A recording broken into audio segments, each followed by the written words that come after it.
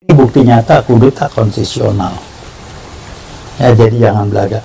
Saya cuma mengingatkan ijazah palsu kilometer 50 itu gimana? Kok kasus jasa palsu susah benar? Bawa aja isanya. Atau Pak Jokowi kirim orang bikin pernyataan, maaf jasa saya hilang, Gajah Mada ngeluarin surat. Ini enggak kan? Maaf orang kampus, saya sama mantan kampus juga.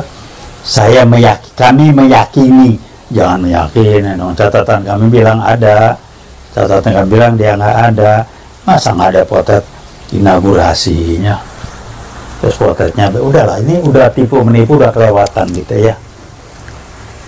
Korban 900 sekian petugas KPPS itu bukan pelanggaran HAM, bukan kerjaan PKI. Kemudian dari video yang beredar sekarang bahwa pengumuman itu manipulasi angkanya, harusnya kalah. Nah sekarang Nasdem mulai buka-bukaan.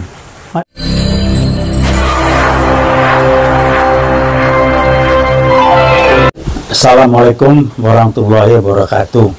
Kita masih berbicara mengenai Kepres 17 tahun 2022 dan dibarengi dan keluarnya Kepres nomor 2 tahun 2023, kemudian Kepres nomor 4 2023 juga dengan impres dan lain sebagainya. Jelas diatur istilahnya penyelesaian non-yudisial. Ini yang bukti nyata, contoh bentuk dari yang namanya kudeta konstitusional. Suatu bentuk permintaan maaf yang tersirat yang menjadi payung hukum, dibuat payung hukum untuk menjadikan PKI G30S itu sebagai korban dan keturunannya akan dijadikan sebagai warga negara Republik Indonesia kelas 1, warga negara kelas 1 dari Republik Indonesia. Saya ingatkan lagi, bolehlah ngasih contoh macam-macam lah, peristiwa Aceh, peristiwa ini segala macam. Kenapa nggak diangkat peristiwa Kanjuruhan ya? Tidak diangkat peristiwa bagaimana jelang September 65 PKI bunuh-bunuhin segala. Oh itu masuknya Orde Lama, jadi itu nggak apa, kan mereka tidak pernah nyinggung Orde Lama. Kenapa Orde Lama itu mendukung PKI? Itu dikat. Jadi merubah sejarah dengan cara seperti itu. Nah sekarang berani nih, Orde barunya yang disalahkan bla bla bla ini segala macam. Tapi pelan-pelan G30 PKI-nya dihilangkan, diputar balik, bahwa peran dari Republik Rakyat Cina dengan Partai Komunis Cina hanya bermain di sini, bermain di 65 dengan masukkan senjata cung lubang buaya untuk apa tuh yang segala macam BT apa macam-macam akan mulai dihilangkan segala macam, sehingga nanti akan dijadikan pembenaran lewat kudeta konstitusional, berjalannya, diterimanya dalam tanda petik duit kewarganegaraan untuk nanti invasi masuk ke kita, mindahin warga negara tentara Cina masuk ke Republik. 50 juta kayak 100 juta alasannya investasi. Ini semuanya permainan lah. Tapi kami ingatkan, ini contoh kudeta konstitusional ini.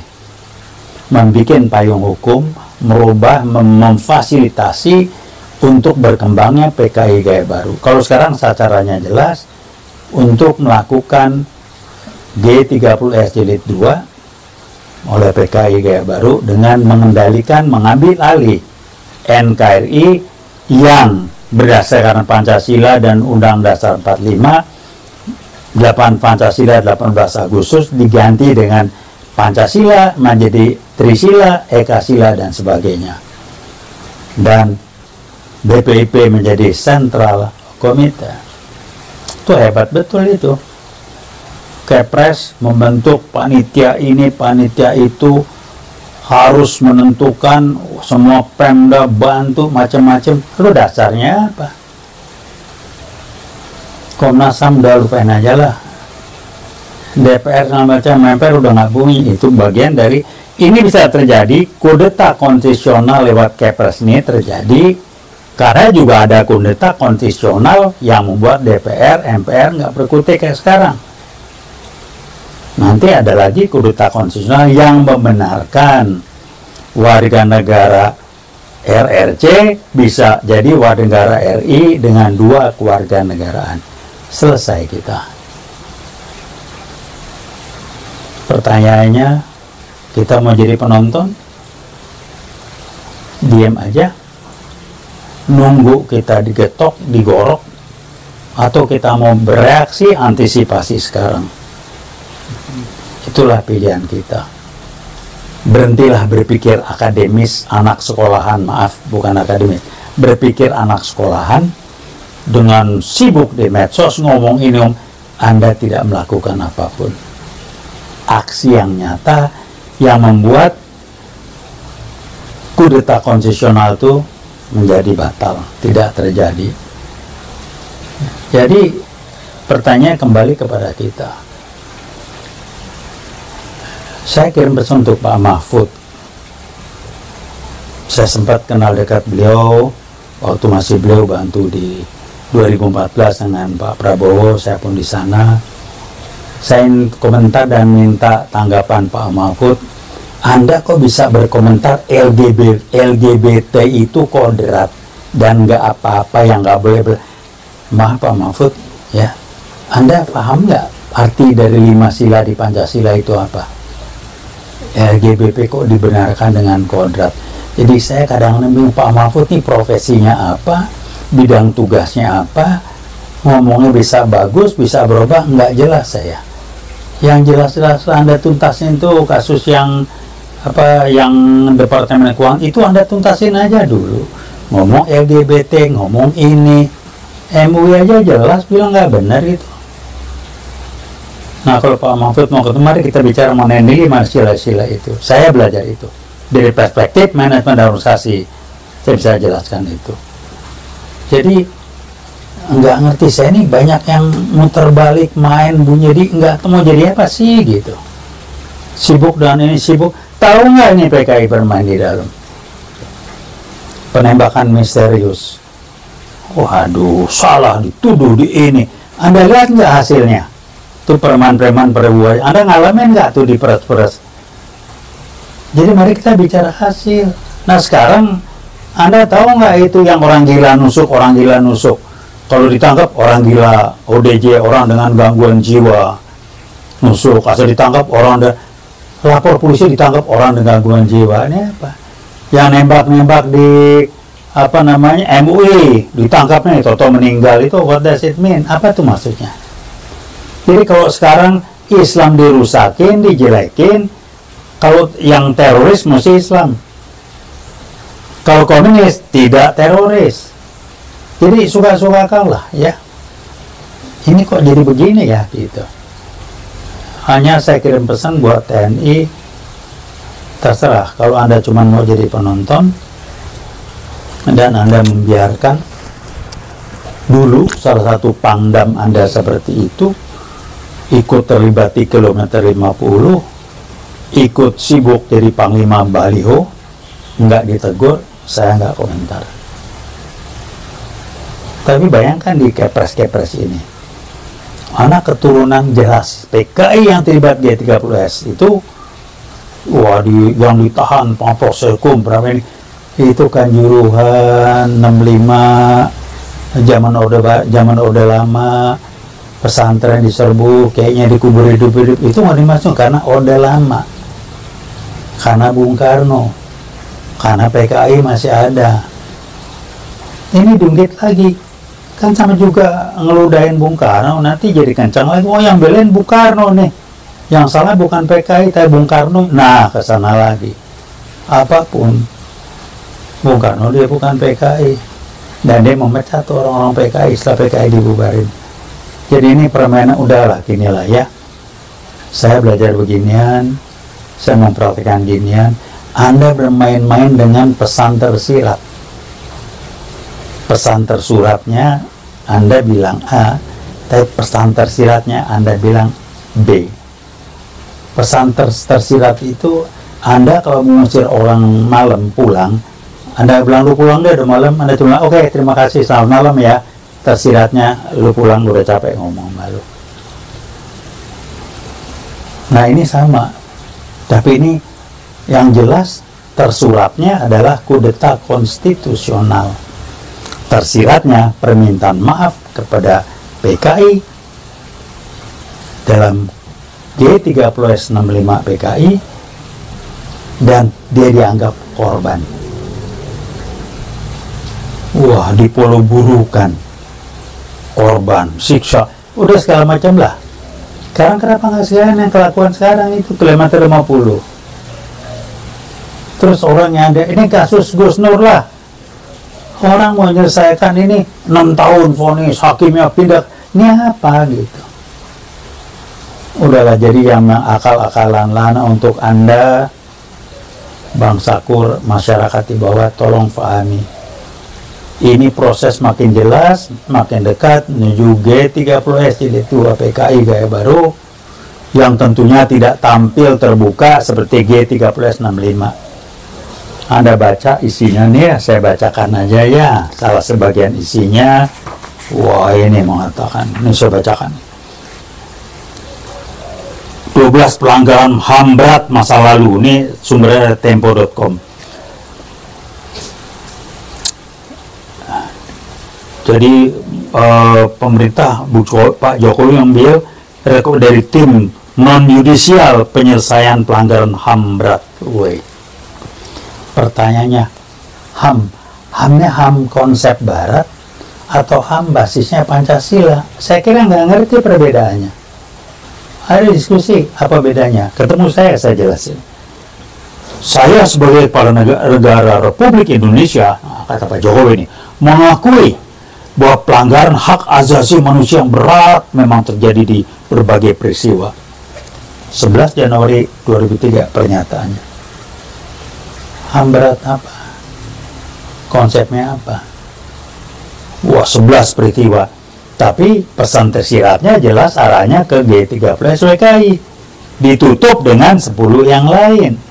Nah, sebanyak sebuah besar orang dituduh komunis. Wah, sebagian besar orang dituduh komunis, mengalami penangkapan, penyiksaan, proses hukum, penyiksaan, kekerasan, penghilangan paksa. Ini pembelaan. Ngomong nggak? Setelah ini, setelah 65 operasi di Jawa Tengah, sebelumnya menjelang September, diomongin nggak? Ini akibat mereka mau meledakkan G30S PKI. Nama saya dicatat kok waktu saya gerbek tuh sarang PKI di Salemba situ. Ada nama saya dicatat.